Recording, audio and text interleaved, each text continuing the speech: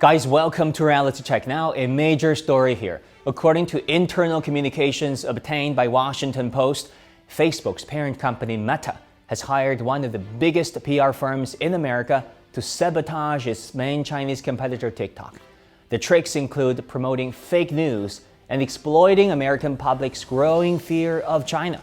For example, last October, Targeted Victory, the PR firm hired by Facebook, lobbied TV networks across America to report the so-called Slap a Teacher TikTok challenge. Watch. Well, now another TikTok challenge getting a lot of attention tonight, and it's a violent one targeting teachers. It encourages students to actually slap their teachers. Chris Holmstrom with this disturbing challenge. This sickening video shows a student slapping and striking a 64-year-old wheelchair-bound teacher. But in reality, no such challenge has ever trended on TikTok. It was a non-story.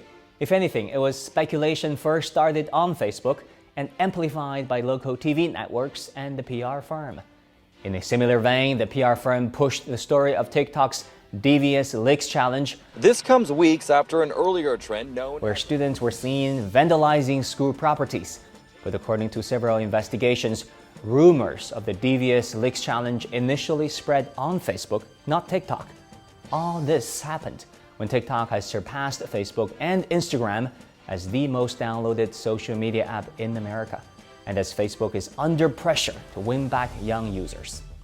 Dream would be to get stories with headlines like From Dances to Danger, how TikTok has become the most harmful social media space for kids. That is according to one email exchange between Facebook's PR firm and the editor at local news. Along that line, Facebook hired paid writers across America who claim to be quote-unquote concerned new parent to share their anger at TikTok. One letter posted on the Denver Post on March the 12th said, "I'm very concerned with how TikTok handles young users.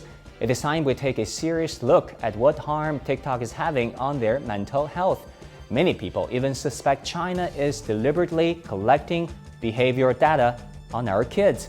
We should all be alarmed." A very similar letter ran in Des Moines Register that same day. Now here's my 2 cents. Doing opposition research in the business world is understandable, but using half-truths, rumors, and even lies to undermine your opponent, it's slander. It is a cheap shot. Plus, throughout the anti-TikTok campaign, none of the op-eds or letters to media, none were published with any indication that the Facebook-funded PR group was actually behind it. It's probably not illegal, but was it ethical? And then the PR company hired by Facebook to do the hit job on TikTok is called Targeted Victory. It is one of the biggest Republican consulting firms in the US. The firm is one of the biggest recipients of Republican campaign funding, getting over $200 million in 2020 alone. Its biggest donors include super PACs endorsing Republican congressmen who's had an anti-China track record, including America First Action, the pro-Trump super PAC. Well, Facebook and Trump? You wouldn't think their values are normally aligned, would you? But when it comes to taking down a Chinese tech company, the two apparently have something in common.